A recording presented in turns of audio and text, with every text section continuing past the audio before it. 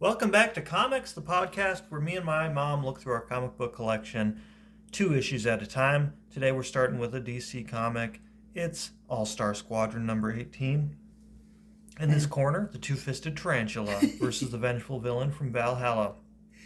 That's silly. So we have DC's version of Thor. This is Thor. And if you're wondering about the All-Star Squadron, I was looking this up because I vaguely remember this team from reading these when I was a kid. But they are composed of, I think, heroes that DC didn't own during their original publication in the 40s, but then acquired later on. So this is a comic from 1983, but it's set in 1942. Oh, gotcha. And all of these characters, I think, are like golden age heroes from the war period that were owned by like minor publishers, and then DC over the years acquired the rights to them. And so in the 80s, this is a way for them to keep using those old-timey sort of characters and tell like adventures you never heard about from the World War II era kind of thing. Yeah. You know? So they are related to the Justice Society, the JSA, which was like the precursor to the JLA with Batman and Wonder Woman, Superman. The JSA, if you remember, was like, I think it had an older Superman with like the white on his hair and the sides, and like I forget who else was in the JSA, like maybe the Atom, I think. I can't remember. But anyway, this is also, it's notable, I think this is on Earth 2. So this is in the this is in like the alternate timeline version of Earth in the DC universe. And we start off with a Hitler quote. When I listen to Wagner, I feel as though I am hearing the rhythms of an earlier world. Adolf Hitler, speaking of the myth-influenced operas of Richard Wagner.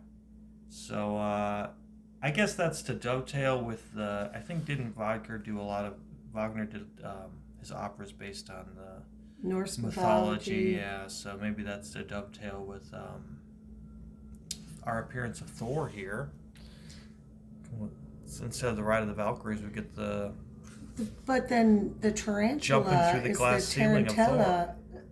Like, oh, yeah, the dance. Yeah. Isn't that a dance? So interesting. Spanish dance. Little musical. And there's a Marvel tarantula, too. I think he's a Spider-Man villain with really pointy shoes. He has, like, really, like, knife points at the end of his slippers. So weird. Yeah. And hairy legs. Yeah, but they're under his costume. So we start off with this kind of dorky guy here. He is a new... no, excuse me. He's not new to the team, but he's new to me. He's like a Flash kind of knockoff. Okay. And I think what he's remarking on here is the All-Star Squadron is taking care of things at home in America because the Justice Society were all enlisted. They were all like recruited for the war and in their civilian forms. They didn't know they were superheroes, so they're sort of holding down the ship. And all of a sudden there's a horrible wind that picks up during the storm. We get this lady doing the Marilyn Monroe type thing. And he's like, she's like, my purse. He's like, I'll get it before you even have time to react. It's like, it wasn't that important. She just dropped a purse, and he's got to use his superpowers to prevent that from happening.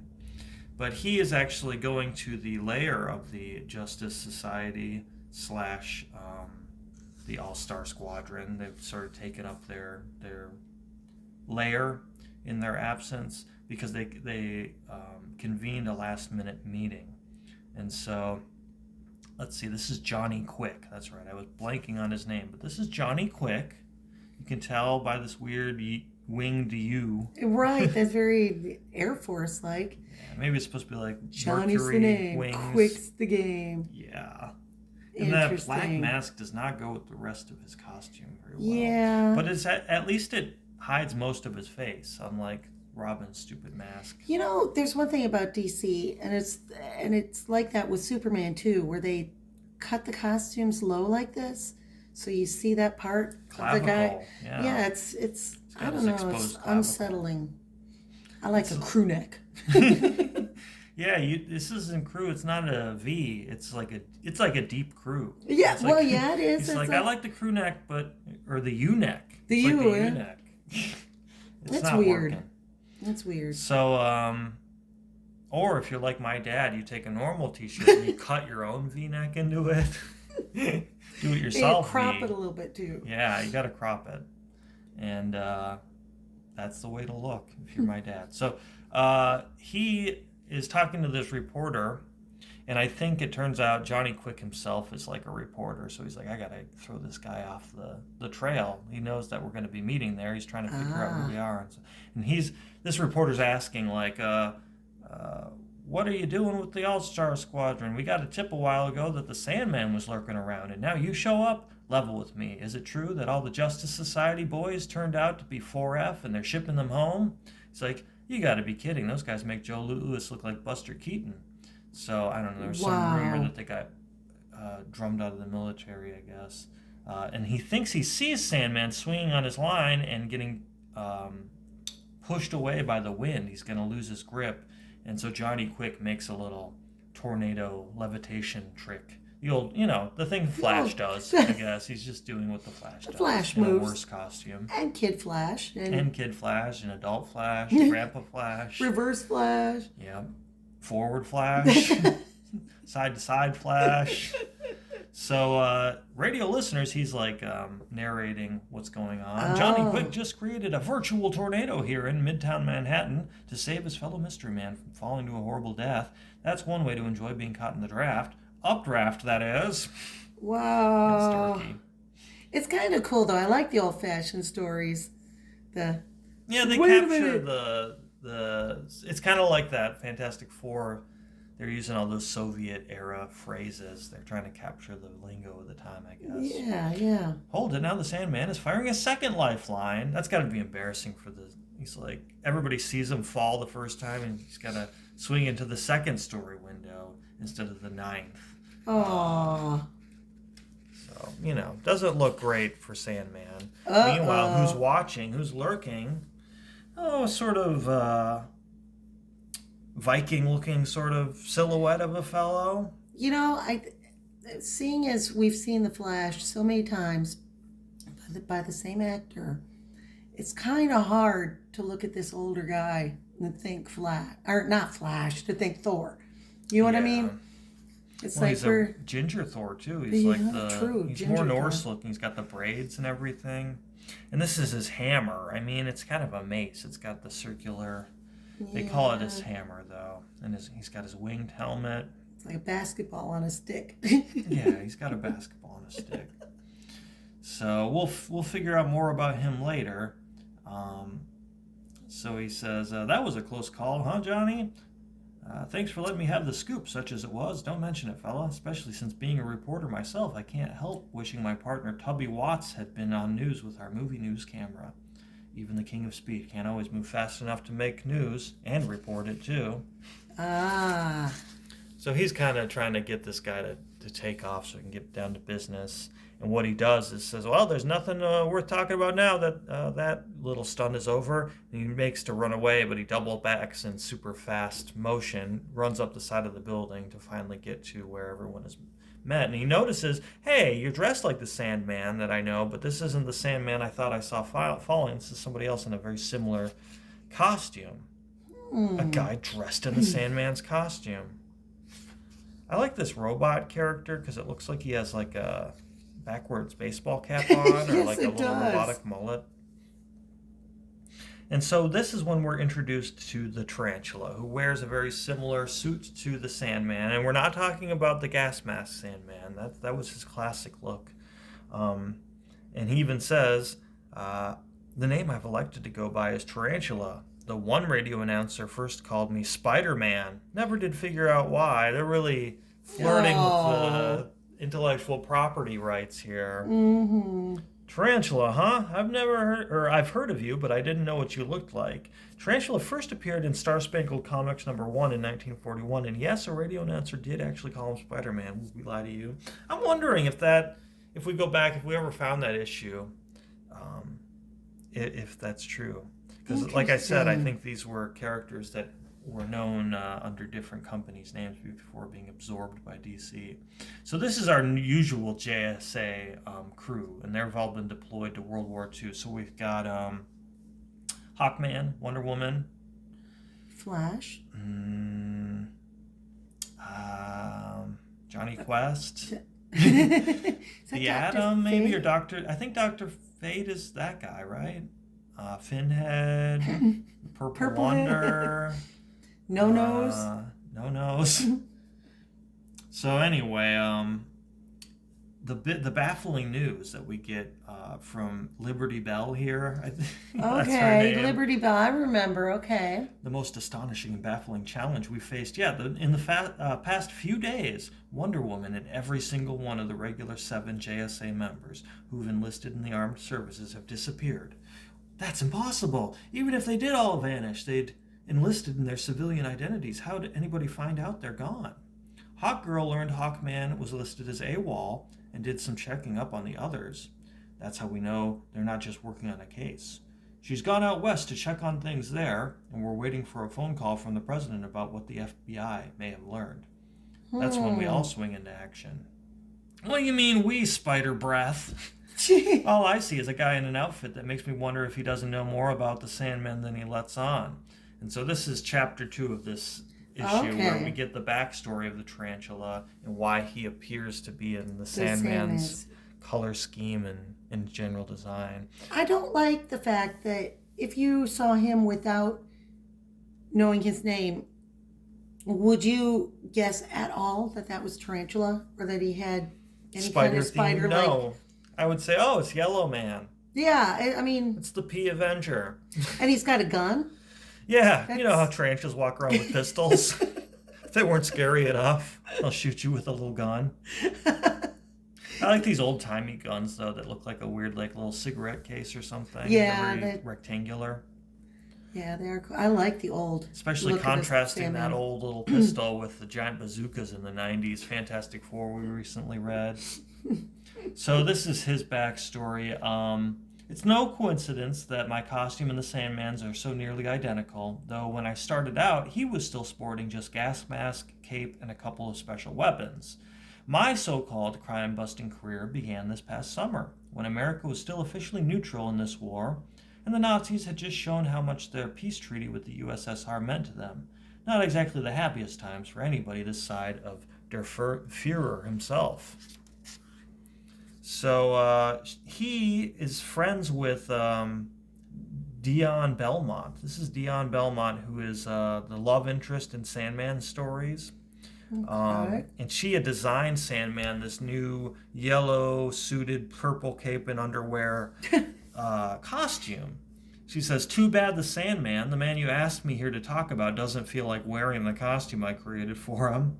Some guys are funny that way, Miss Belmont. They don't like a woman to pick out their clothes, let alone design them. It's not ego, but he's really colorblind, you know. How else could he wear a green business suit with a purple cape, orange hat, and blue and yellow gas mask? I suspect you're pulling my leg with that colorblind bit. Still, I appreciate you giving me this interview at all. How could I resist contributing to a book on the masked heroes who are popping up all over?" So he's a writer. Okay. Johnny Quick's a journalist. He writes books. I feel like the writer of this comic was just like, I can't really imagine what it's like to have a different career. So I'll just do Everybody's a writer of some kind. And he has guessed that I think that Playboy friend of yours, Wesley Dodd, might be the Sandman. It looks a little sketchy.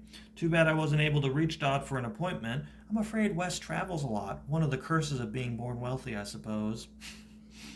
So this is when he's introduced to that color scheme, the tarantula. Okay. And he's like, well, if the Sandman doesn't like that costume, maybe I'll just borrow it. I'll just steal It's the easy. design. So he had deduced she was also Wesley Dodd's girl, for Wes is the Sandman, as I suspect you already know, but I didn't know that at the time. And she was staying at his mansion a couple of nights later, for he was out of town, when Destiny dealt a card from the bottom of the deck. Mysterious fire at Manhattan Pier number 21, on one of the Lend-Lease ships due to sail for England tomorrow. Police suspect sabotage. That doesn't take much figuring. Sounds like the boys in blue could use some help. And since I know how to use Wes Wes's gas gun and wirepoon. Maybe no. it's time I saw how things look from the right side of a gas mask for a change. Who knows? I may scare up an Axis rat or two. So she puts on Sandman's costume, the one that she had redesigned. She's like, I don't know about this green suit and a purple cape. And one of your shoes is orange, I guess, because of the explosion leaking over. And she reports down to the dock where these ships are being sabotaged by Nazi spies. And she's driving her little yellow car down there. Oh, no. And there's a 1 in a million shot. One of the thugs shoots her tire. She crashes into a wall. And he thinks it's the real Sandman. She hadn't even had time to engage with them. They saw her coming. She's coming in her little jalopy. He's like, hey, what if I shot the tire? No. It worked amazingly. It was really effective. Did you see that? I killed the Sandman. The Fuhrer will pin a medal on me personally for this. Oh, cripes. I'm going to pin something on you too, Nazi, but it's definitely not going to be a medal. Gott in Himmel! At that moment, I didn't know it was Dion Belmont who was lying nearby in a heap of shattered debris and wrecked automobile, or I'd probably not have had it in me to act so flippant. As it was, I assumed they might have hurt or killed the Sandman, and even though I'd never met him in any identity, to say I was fighting mad would be the height of understatement. I guess he really looked up to the Sandman, so he thinks that's the real Sandman that just got in that car wreck. Okay. And so he's dispatching these Nazi thugs, and he grabs the gun right out of this guy's hand. Mister, you're slow enough for me to have played Deutschland über alles on your forehead and still grab this pop gun away from you. Who are you? Glad to see being deserted by your playmates hasn't robbed you of your intellectual curiosity, friend. What a weird repartee he has. He has a lot of time for sentences. I know. He just watches him run. He's like, I'm going to get a couple quips in. I do like the way his hat's flying off. Yeah. He does look really legitimately scared. That's a good reaction shot. The name's Tarantula, like the spider. Partly because I can do a bit of wall walking like so by means of suction cups. I like how he was going to explain his whole, how do my powers work and everything to this random German guy. And partly because of this little web gun I invented. Oh, I know that tarantulas don't really spin webs, so maybe I should have settled on poison darts instead. But what the heck, a foolish consistency is the hobgoblin of little minds, as Emerson used to say. That's Ralph Waldo, by the way, not Faye, a future daughter-in-law of President Roosevelt, as it turned out. There's a little historical footnote for us. I know, it's kind of a dorky comic. So I guess that explains Tarantula's gun. It's a web gun. But even though it's weird that a superhero has a gun, also they point out, they know that tarantulas they're not a web-using spider. So that they know that they picked a bad character name, and they're just like, no, it's okay. Ralph Waldo Emerson says it's okay. You'd think they would think of something, though, with the dance. That maybe he could, hypnotize with his tarantella dance. Yeah, you think he'd be, have a Spanish hat on or something and do some kind of hypnotic dance. Yeah. That would be cool. Or he could bite people with his big mandible and cause them to dance. The poison yeah. would make them seize and look like they're dancing. And he'd laugh at them as they die. That's my kind of superhero. Batman could get behind that. So as he's explaining how all of his premise works as a hero, he'd forgotten that there were other people. Ooh. And so they're like, we better silence our ally and the tarantula before word gets out that we're sabotaging stuff down there. When, out of nowhere, another yellow-suited, purple-accented hero emerges. You should have seen me coming in your nightmares, rats. Isn't that where most people get their first glimpse of the Sandman? The Sandman? But then, who's that Werner shot? After that single verbal volley, though, the Sandman was in a far less talkative mood than I'd been. And he launched himself at those saboteurs like a true professional. A single blow to each of 3 jaws. Boop! Bloop! Bloop. They all just stand waiting for their uppercut. Yes. And those Nazis were laid out like last year's dirty laundry. Why are you waiting a year to do laundry? It's a weird metaphor. Oh, man. Sandman, I don't guess I have to tell you how glad I am you showed up. How come you're in that outfit? And who's that inside? What's left of your roadster? We'll settle up later, buddy. Right now I've got to see about Dion. Is it Diane or Dion? There's no E. Right, right. I've never seen Diane without Diane, any. you mean Dion Belmont? Oh God, no. Tell me it isn't. You know Dion? Then come on. Help me get her out of there. But they find that she's died. She died in that wreck. Shoot. Yeah, it's not good. And now he probably feels guilty. He's like, oh, the last thing I said to her is your costume looks terrible and it's stupid. I hate it. I'll wear But he's these wearing it. purple underwear forever. It's that kind of thing. Oh, no. So Sandman takes her away to grieve. And the tarantula is like, well, mind if I crash your grieving party here? Sandman, I hope you'll forgive me intruding on your grief this way. Tarantula, isn't it? Alias Jonathan Law, author. What a name. I'm Jonathan Law, the author. How? I read in Dion's diary how she'd given her sketch to you, guessing the rest was easy. Oh. Look, I know this isn't the time or place, but I'll dig up another outfit one of these days. Dion meant these colors for you, not me. And I aim to wear them from now on, but they're yours now too. If the reporters can't tell us apart, that's their lookout. By the way, my real name's Dodd, Wesley Dodd, if you hadn't guessed. I had, but thanks for trusting me. I just hope we meet again one of these days. But we never have this past half year, during which I learned Wes revamped his costume a bit, doffing the cape among other things. So, one has a cape, one doesn't. That's the main difference I see here. Among other things, I guess, is we have to wait to see. Acquiring a kid partner, Sandy Hawkins, who's an orphan nephew of Dion's. So he has his own Bucky. Okay. Me, I just keep muddling through, as the British say, fighting back the memories. But when Liberty Bell told me that that's a P, I thought it was a D, Private Wesley Dodd was among the missing. Well, I can't let him down, too, the way I did Dion Belmont. So that kind of catches us up to the modern times, just in time for Thor to say the time has come. And I love this panel. That is an excellent drawing, yes. The yellow and black contrast is really nice. This is a good panel, too. So he's charging up his hammer here, if you can call it that. His expression His is dodgeball great. on a stick. The villain from Valhalla. He even calls himself a villain. I don't remember Thor being like that in the mythology. This night the god of thunder shall hast his revenge upon the Sandman, aye, and upon all who foolishly doth stand beside him. Who, the devil? Not a bad guess, Brandy, from the looks of that creep. Whoever he is, watch yourselves. He looks mad, in every sense of the word. You'd think they'd make fun of his furry pants. He's got furry underwear on. They stink. Mad, am I? Thou doth call the offspring of Odin mad? Ah, I do see the Sandman, most perfidious of all mine foes. Get back, Tarantula, this is our fight. No, it's mine. If this over-muscled oddball is after the Sandman, he's after me. Come ahead, pigtails. I presume you didn't bring that mallet along just to play croquet with.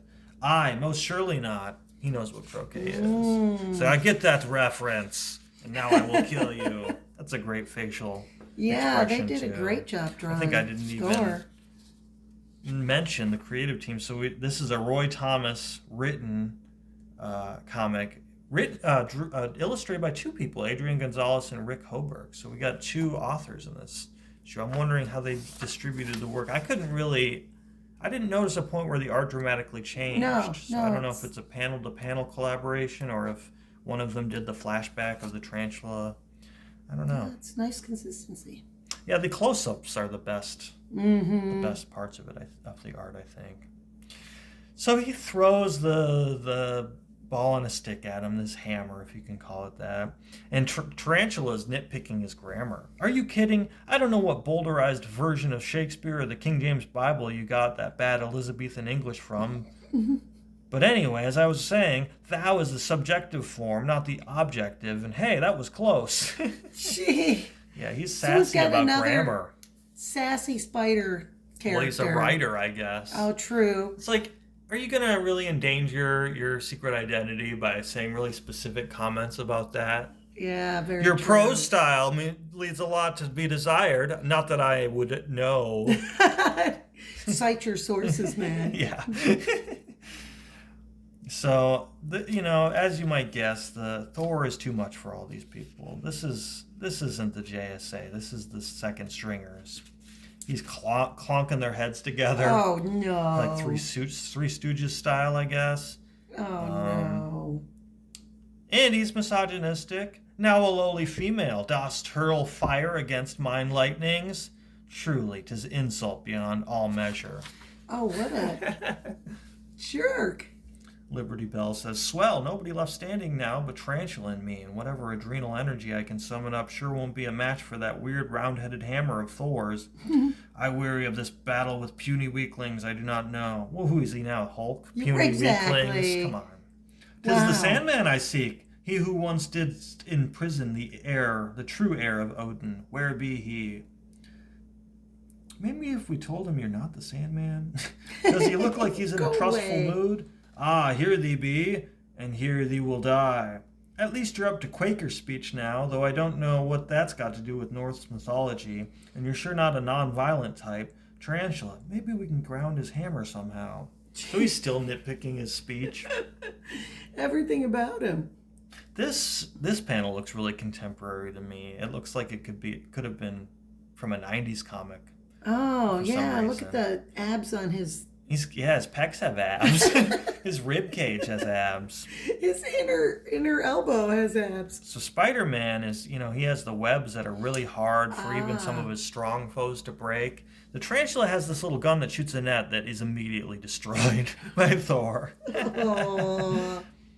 And meanwhile, the news crew has arrived because they heard the commotion, so they're back. Dang. And they're going to record Tarantula's terrible defeat here. The way they drew his outfit. It used to be white. That was it polar looks bear like a fur. bee. And it just got nasty over time. It's got the collective farts of 1,000 years. 1,000 ice giants. It does kind of look like a bee. The hair, when you look at a bee up close, the little follicles. Oh, what a weird pose. Well, he's getting electrocuted there, so he's going to do the haymaker, like double fist. Oh, no. When these fists come down like hammers, he has time to narrate it. Right? It's like, of course, he was able to dodge. And he dodges. These exposed wires are what he comes down on, and Thor is then electrified. You did it, Tarantula. He's being electrocuted. Didn't know hitting the building's wiring would bring the wrath of heaven down on him, too. Not sure what would have happened, though, if he'd had that cockamamie hammer of his in hand at time. Luckily, Webweaver, we may never have to know. As if on cue, the storm rains begin to lessen outside, and a gathered crowd, quickly bored and aware of its own wetness, starts to disperse. Thanks, Belle. I'd never have known where to have him hit, if you hadn't indicated where the wiring was. You're my kind of woman. Brainy. Thanks. But who is it we got here, anyway? I've been thinking about that. But before we get our conclusion, we've got to see Superman in the case of the snake shapes. Uh-oh. I think we've seen a snake shapes with Batman. Maybe I'm misremembering. On the trail of the Toy Man, Superman arrives at Toys R Us, the famous toy store, which I don't think exists anymore. Didn't they finally go out of business? They did go out of business, but or was it just bankruptcy? I thought that they were coming back in some incarnation. Gosh, I remember, I think one of the very few times I went to one must have been in Green Bay or something. We're on a trip. And just the sheer number of action figures and stuff that were lining the shelves, many of which I had anyway because of Grandma. I regret getting rid of those. I wish I had held on to all of them, but at least I think we gave them to Vinny's, so hopefully some other kids got to play with them. Yeah. On the trail of the Toy Man, Superman arrives at Toys R Us. So you spotted that arch fiend, the Toy Man, here in Toys R Us? Yes, he was playing with one of our magic snake toys. I overheard him saying the perfect place. Aha! Obviously, one of the shapes he twisted the snakes into gave the Toy Man an idea for his hideout. I'll have to run through all the possibilities. But Superman,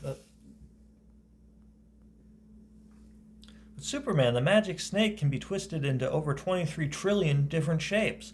23 trillion at super speed, that will take a mere moment. The window shape, the rectangular solid, the question mark. No, the globe, of course. And minutes later, atop the Daily Planet building, it seemed like the most unlikely hideout, Superman. How did you find me here?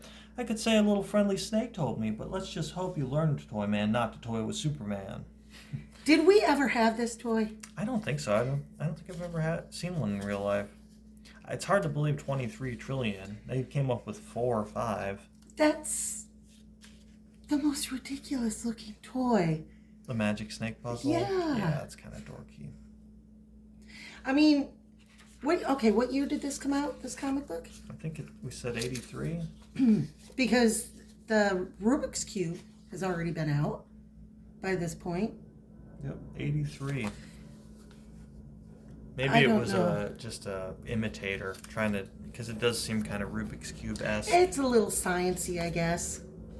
Maybe that's what they were going for. So the Tarantula, we remember he's a writer. I've been studying the Sandman's exploits for my book. Just before he enlisted, he did fight a phony Thor, just like this one. Phony. I remember now, because I've been studying the JSA's cases myself. He turned out to be a hood called Fairy Tales Fenton, who'd been a professor of metallurgy before he turned briefly to crime. That was in Adventure Comics 75 from 1942, and it was reprinted in Forever People number 6 in 1972. Our editor lets us know here. Hey, you're all right, lady. If we check, I'll bet we find out he went slightly crackers and broke out of prison. He probably heard the radio say the Sandman was hanging around here, and he came down here hell-bent for revenge. And since your outfit looks a lot like Sandman's, you were elected. I recall reading the hammer Fenton used then was a mechano-electrical marvel, but it must have been nowhere compared to this one. Something happened to Fenton while he was looking for the Sandman. I wonder what. And we may just find out this man's still alive. After taking enough voltage to kill an elephant? Wow. Something must have changed him. This hammer doesn't look to have any movable parts, so it's probably not the one Fenton used before.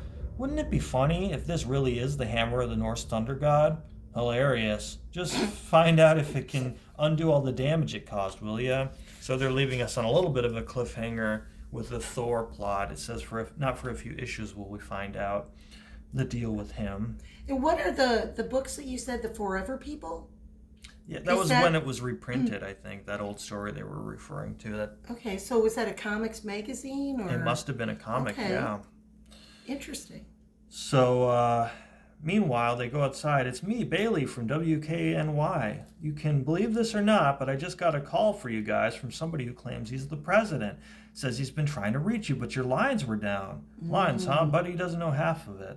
Any message, friend, or was he just calling to ask us to pick up some dog food for Fala? You mean it really was the president? He said he had the information he promised you, but he's as puzzled about it as anybody. He claimed there's a blinking light on top of the Trilon. You know, that tower left over from the World's Fair that they had a couple years back. And it's spelling out a challenge to the All-Star Squadron in Morse code. Come on, you guys are just ribbing me, right? It wasn't really FDR, was it? The radio reporter's only answer is given by the All-Stars' colorful backs. So they're going to figure out who took out the JSA and confront the people who are Morse towering them at the Trilon here. Next stop, the 1939-1940 New York World's Fairgrounds on Long Island. Okay. And that's where we leave Actually, our All-Star Squadron. I was kind of thinking that this was not going to be a great comic, but I like Tarantula. Well, that makes one of us. Really? No, he's all right, I guess. I wish he just had a different theme, or either a costume and abilities that were more in line with being a tarantula, or just a different name. Right, But, yeah. No, you know, I can see that. It wasn't terrible. Telling the story through him was a good idea, though. Yeah. I mean, we didn't really get to see what Liberty Bell can do, but... Yeah, we didn't really get much from any of the other characters, but I like some of their designs. I like the robot guy. Yes. Yeah, I like the old Sandman. I like the gas mask Sandman the best, I think. So would that be the Sandman that Neil Gaiman wrote? Well, I think it's a different character, but I think that mask is the one that Morpheus used or something. I love his version of the Sandman. Yeah, I love that version too. So your comic is a special one because I think it's the first appearance of Rocket Raccoon in a comic book. I think and Hulk is not having it. It's like, what? Hulk has to share his 20th anniversary issue with puny talking animal? You got it, J. Jaws. Move over and make way for Rocket Raccoon. His little shoes are I know he's not wearing pants, but he wears shoes. I guess they have rockets that Rockets come out of them, so unless he had rocket pants, it doesn't make any sense. So this is what, 1981 it says? 82. 82. 82 Rocket Raccoon. We Now, start with a sleeping. Oh, how can he be Hulk when he's sleeping? He's not angry in his sleep, is he? oh, He's but having angry dreams. now somewhere in the black holes of Sirius Major, there lived a young boy named of Rocket Raccoon. Wall, It's what's like up? Rocky Raccoon, young boy named Rocky Raccoon and the Beatles. Mm-hmm. Wall, what's big green and snores like thunder? Frankly, Rocky, I haven't the faintest idea. So we open with Hulk in some flowers or mushrooms with two weapons pointed at him. Yeah, I like those pink and red, the grass, the alien plant Yeah, life. It's pretty cool. it's a nice opening. And we've got Rocket and his pal, his walrus pal, and with the newest Guardians of the Galaxy, We get to see that character. we get to meet these characters that they're introducing here. And I don't remember reading this one as a kid. I love his expression and his little pipe, the little square pipe Yes. he's smoking. That's funny. Yeah. And he's not in a uniform like he is in the movies, so they actually look like animals, except all the walrus is wearing a suit. But they come across a Hulk who's passed out, and Hulk doesn't remember where he is. When they hear something, and this is something about the universe that we didn't really get in the movie, there's this snicker snack sound, and suddenly Rocket's ears detect a subtle sound. And do we leave the green one in its path? No, since he's alive, we gotta move him. Give me a prosthetic. And so these guys, like we've learned, have been altered by a scientist. And so they rely on a lot of like mechanisms, prosthetic pieces, and this robot It's a kind of robo-mower It's like is a coming lawnmower. to get them. And you can see it's ripping up the ground, my so they've God. got to move the Hulk.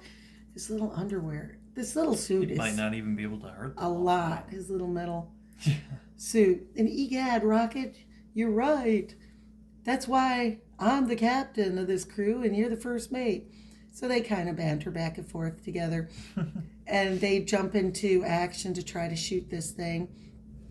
And the robo-mowers refracting my laser fire. I'd be better off with a water pistol. Maybe I could induce rust. Geeps almost had my Jeeps, claw. maybe, I don't know. Oh, Jeeps, yeah, Geeps. Geeps. It's like the GIF Yeah. kind of thing. I'm not packing enough laser power to drive that automation back to its own territory. Time for a new strategy. Running. So they go to take off, and we've got to bring them up and use them before the robo-mower's blades make hamburger out of that Hulk. Oh, the font change. We know who that is. I love the way I could just imagine him turning like so fast, like holy shit. And so they turn, and Hulk is alive, and look what he does to this Oh my God. robo Makes mower. pretty short work of it. Yeah, And yeah. man, it's just another tank. He's dealt with tanks before. And he's like, "What does that sound? You like making noise machine? Hulk will make more noise than you ever could." He picks it up and just look at that track pulled right off of that thing. Damn. You think that Hulk going into war against a tank? I mean, if he got hit by any missile, it would just make him madder, and he'd get bigger and pick up more tanks. Exactly. I mean, You just I gotta run love away. Rocket's reaction to him. It's like, holy shit. He's like, "Huh? Good. Noise has stopped, but Hulk is not tired anymore." "Well, did you see what he did?" "I saw, Rocky. I saw. He stopped a robo-mower with his bare hands. I saw," I said. These characters are really I cute. like he has just one tusk, and then And that yeah. prosthesis thing. And where is Hulk? Who are funny talking animals? What is going on? I love the expression in the animals is great. He's sassy looking. That's just what we were going to ask you, tall, green, and gruesome. He's still got that attitude. And we'll get unengrossed. I just got a tingle on my fuzz detector. Fuzz? What are fuzz? Then in come these Keystone cops. So Keystone Quadrant? Yes. That's weird. So they have these.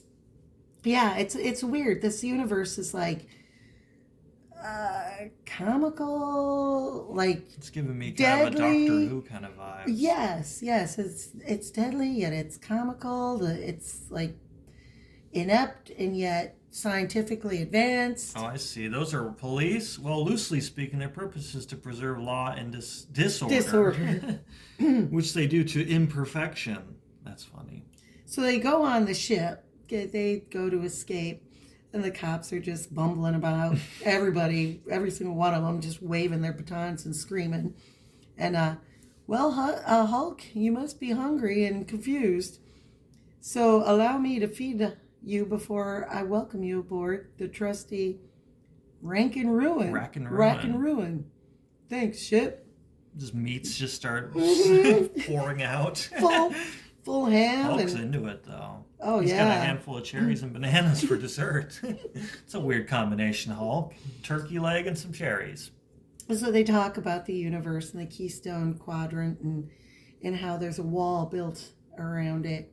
And images flash on the monitor screens showing Hulk where he is. Space Hulk. We've looked at Hulk's adventures in space before. I think it's an interesting aspect of his character. It's interesting that somebody would take him into their ship, but they don't know his capabilities. They don't know what they're getting into. They know a little bit. They saw what he did to that mower. And they're going to learn. They're going to learn. So they're talking about the quadrant and what they do and a little bit. Cool. And a little bit about who they are. And they explain that all of this stems from a murderous mole named Judson Jakes. No one knows what he's up to except that he sits in the center of the Keystone Quadrant aboard his space wheel like a fat spider in the middle of a web. That rabbit kind of, what is that, Buckaroo Banzai? Yes. Wasn't there a rabbit? It kind of reminds me of that a little bit. Yeah. I like that turtle character too. And some random evil clowns. Jakes heads a company called Interstellar Mechanics, whose chief scientist, a tortoise named of Uncle Pico, Gideon's Bible. I hate to interrupt, but just like they say that in Rocky Raccoon too. Yes. Turns out automaton assassins like the killer clowns in space, and the Draculars, and hires renegade rabbits like the Black Bunny Brigade to do his dirty work. So they're like Darth Vader bunnies or something. Sith bunnies. Yes, Sith bunnies. So Jakes is making all these machine marauders for one purpose only, Hulk. He wants to get his paws on the greatest treasure in the Keystone Quadrant, a book called Gideon's Bible. Written by the first comers, it's supposed to hold the secret origin of the Keystone Quadrant and its inhabitants on its pages. But it is written in a language which no one can read. And Wall is like, Rocket? Oh, the poor pig character. And they're watching as the bunnies come, and this is Rocket's girlfriend, and the little pig. Murdered. Poor guy. Pig murdered by a bunny. And what is Cuckoo's Nest?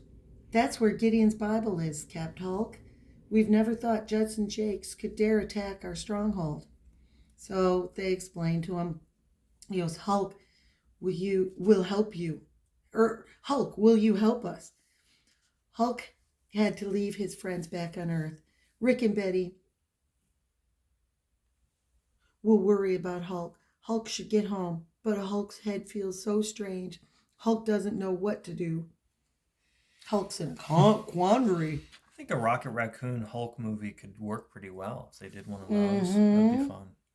Mm-hmm. And so he has a little bit of a flashback. And we actually, did we not see something very much like this in this does look familiar. In one of the Hulk stories where they had come to film a documentary. Oh, okay. And Creeple Reap? Yeah. Is that what that little guy is saying? Reek. A pity it must begin with the death scene of the Hulk's closest friend. Oh, no. So Hulk had left that and woke up in the in Rocket's world. And given what she's gone through in the past few hours, Barrett's announcement is more than Betty can bear. You're not going to help me save Rick? Because they can't change the past. And so this is Reap. This little guy comes flinging out. And Sturkey. They put this big thing on him. Oh my. Barrett reaches into her bag at her hip, and out comes a spidery something that grows in size until it all but encompasses the unconscious Rick. Lots of spiders in today's. Barrett. So we cut back. Grumpy looking Rocket. To a very grumpy. Rocket is always kind of grumpy. Yeah. And so it says, meanwhile, back in the Keystone Quadrant, we've come halfway around Half-World Hulk, and there's Cuckoo's Nest ahead, dead ahead.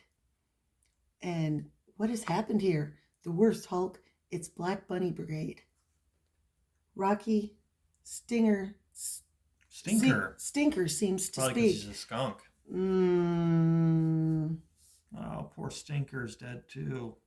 And Lila. I forgot about that. Yeah. Along with Gideon's Bible. Taken where? Only one place, Wall, to Space Wheel and to Judson Jakes. That's so sad. I know, they got to kill off all the cute little animal characters. That makes it really hard, you know? Mm-hmm. It's like you see human type heroes die all the time, but gosh, it's worse when they're little cute animals. So the Space Wheel, round and round it goes. That's cool. And where it stops, only Judson Jakes knows. In the movie, it was a humanoid, wasn't he? He wasn't a mole. There was a high evolutionary, yeah. Yeah. They kind of changed it up, but I must remember to have Uncle Pico stabilize Space Wheel's spin. Apparently, the entire crew is suffering from vertigo. I'll get right on it just as soon as I decipher this indecipherable tome you had your hench rabbit hijack. Grumpy turtle. Quick. I love the character design on this evil one of the dark rabbits. This guy. Yeah. The heck is funky. he? It must be a Dracula. Yeah, Dracular. Dear one of the countless centuries I have posted throughout the quadrant. It is telepathically telling me that your boyfriend has arrived. Okay, so the turtle is taking the tome with his cigar to try to decipher what it says. And the bunnies, that old snail slow scientist, why don't you let me cook him in his shell box? Yikes. They have no... He's just ready to kill. No couth at all. Can you decipher Gideon's Bible, Rabbit? I once skimmed a pamphlet on torture techniques. Delightful bedtime reading, I wager. And so she's thinking, oh, Rocket, please be careful. So they're approaching the Space wheel. And there she blows. Wall, Judson Jake's murder-go-round. I know I piloted us here. They're always back and forth. So what do you want? A medal? I'm the one who's got to blast and get Lila out of there. Hulk has made up his mind. Hulk will help. I'm glad to hear that, Spinach Skin. So then you have these killer clowns. The killer clowns from outer space. Just in space, so they've got to be robotic of some sort. Yeah. Weird So, choice to make them all humanoid clowns. riding balls. Yeah. It's an interesting Why would animal universe. people? Yeah, that's Be afraid of. It's their greatest fear, clowns. Although these panels would The make colors are great. Yeah. cool Cool posters or something like that. So so they get ready to fight, and they're putting on their helmets, and they put a helmet on Hulk. It's like, have you not read Hulk can go into space? They never read a Hulk comic before. But check this out. They totally Ooh, destroy that's a brutal. clown. Yeah. Shoots him right in the back. So that's pretty nice. And Hulk is fighting, just tossing clowns. Hulk does not think clowns are funny. Hulk will smash. Yes, he's good at that. And this guy's coming with these spiky balls, probably bombs. Yeah. And any more clowns for Hulk to smash? Huh? And Rocket took him out, and I never could stand to sneak, Jade Jaws. Rocket shoots good. Rocket's my name, shooting's my game. Look Didn't out. we just get that with Johnny's my name? Yes. Quick is my game. Yes. Yes. And look out, there's another clown behind you. I love these panels, though. They're really... Oh, that's creepy. Mm-hmm. And shooting at his... He just grabs him by the head and chucks him. No wonder they did the scene with Loki in Avengers Tower. Hulk is good for some physical comedy like that. Help is at hand, and his hand comes and just grabs his head. Oh, that's... look at it. He's definitely going to another universe.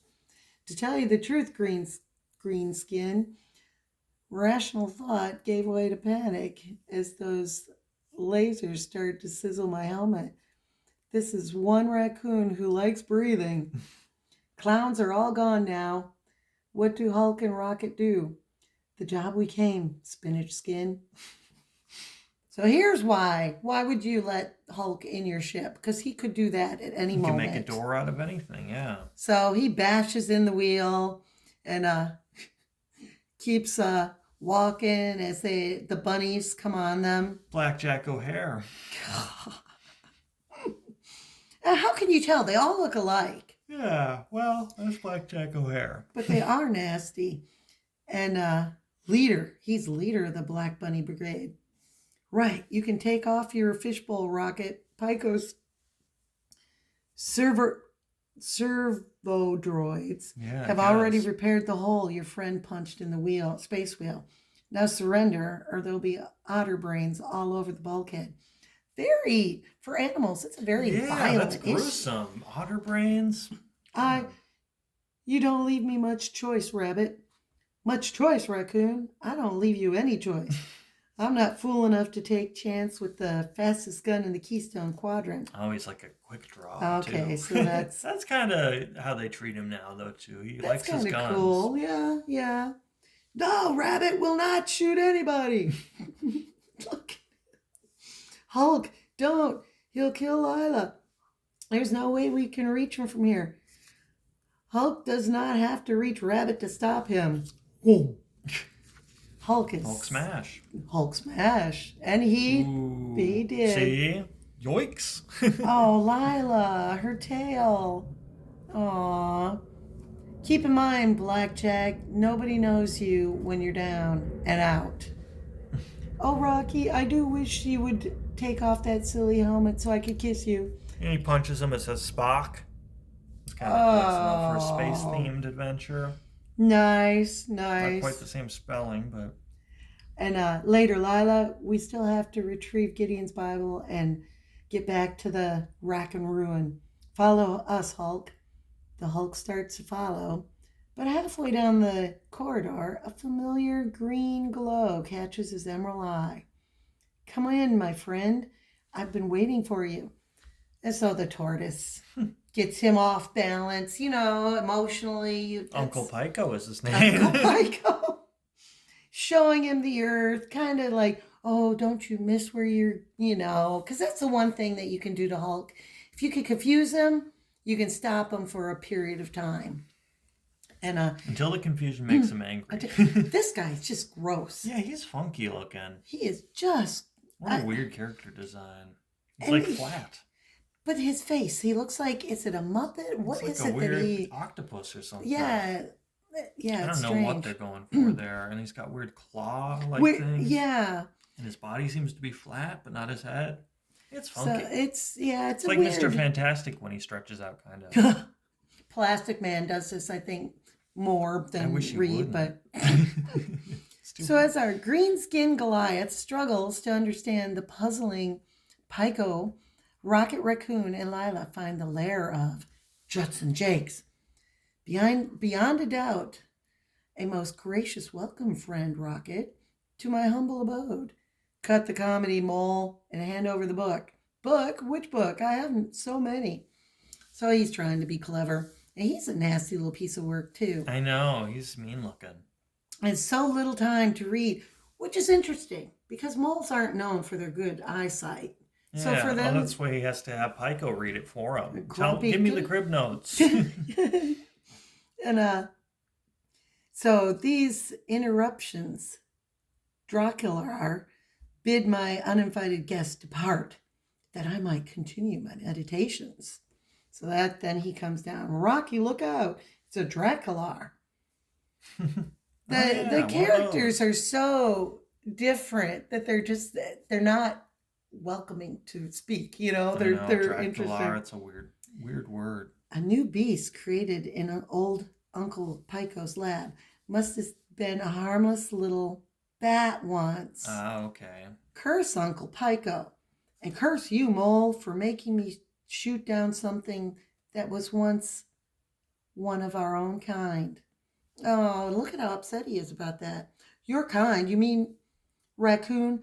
I am Judson Jakes. I am beyond the mere animal existence which you so ardently protect. Yeah, so far beyond it that you'll threaten it all with whatever secrets you find in Gideon's Bible, huh? The book, Mole. I want it now, or else you're going to become severely decompressed. He's going to shove him out the airlock, I guess. Uh-huh. No, don't damage Space Wheel. I'll summon Pyko. So that's all it takes. And Hulk already damaged it. Come on. Yeah, and those little robots fixed it, I think they said. So then we go back to Uncle Pyko, and the master of Space Wheel summons. He must have acknowledged defeat, as I knew he would. I know so many things I shouldn't know. You are where you came from, etc. Planet on screen is Earth. Hulk's home. He thinks about Betty and Rick. And can talking turtles send Hulk home? Of course.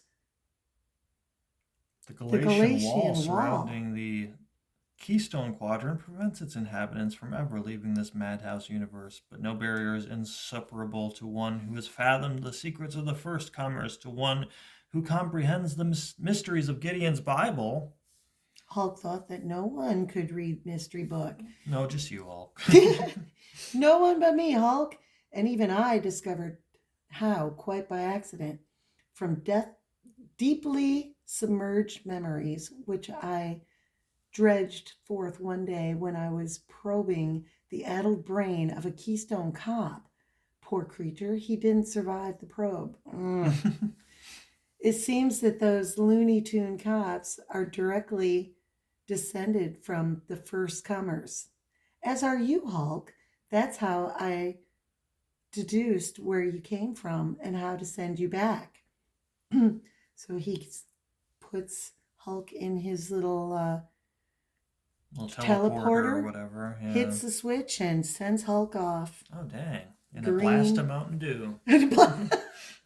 Look at his little arms.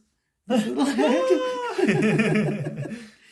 And then while at the hub of Space Wheel, Raccoon's finger grows itchy on his trigger. I'm running out of patience, Jakes. Lila's got a helmet on now, so there's nothing stopping me from blowing a hole in your picture window. Lila turns.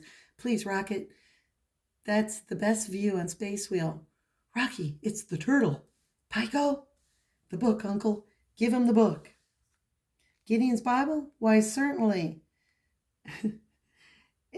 impenetrable pose, couldn't make head nor tails of it.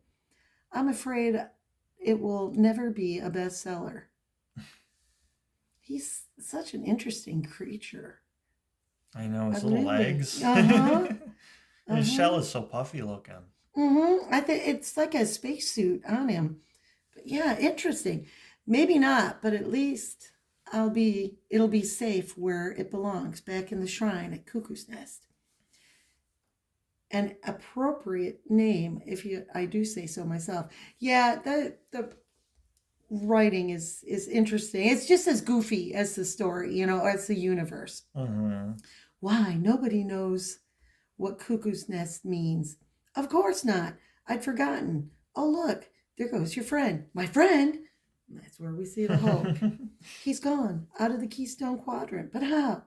I suspect whatever brought him here wore off.